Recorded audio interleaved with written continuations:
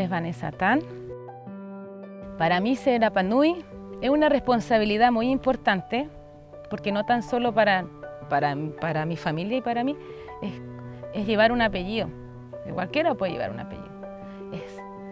Va más allá, es más transversal, es dejar un legado, es dejar una huella en los niños, en los jóvenes. ¿Qué dejaste tú por herencia a tus nuevas generaciones, a tus mismos hijos? No es tan solo el baile, es el arte, como uno vive como Rapa Nui. Tu diario vivir es súper simple, el Rapa Nui es súper simple para vivir.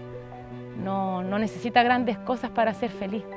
Y eso es lo que nosotros estamos rescatando con mi esposo y llevándolo a las nuevas generaciones, cómo se vive acá en nuestra familia. Es un diario vivir, el arte, plantar, ir a pescar. Se ha ido perdiendo un poco eso con la tecnología o con el paso del tiempo, de ir a marisquear con tu hijo y tú le estás enseñando a tu hijo cómo es la marea, en qué marea se saca el pipi, aparte de ir a pescar. Es lo mismo con el arte, que no tan solo es cortar el árbol, sino también es plantarlo para el futuro tener más. Con el majute es lo mismo. Y así es un sinfín de cosas. Entonces para mí ser Rapa Nui es algo súper importante, súper lindo y es ser único porque no hay nadie más que nosotros en el planeta.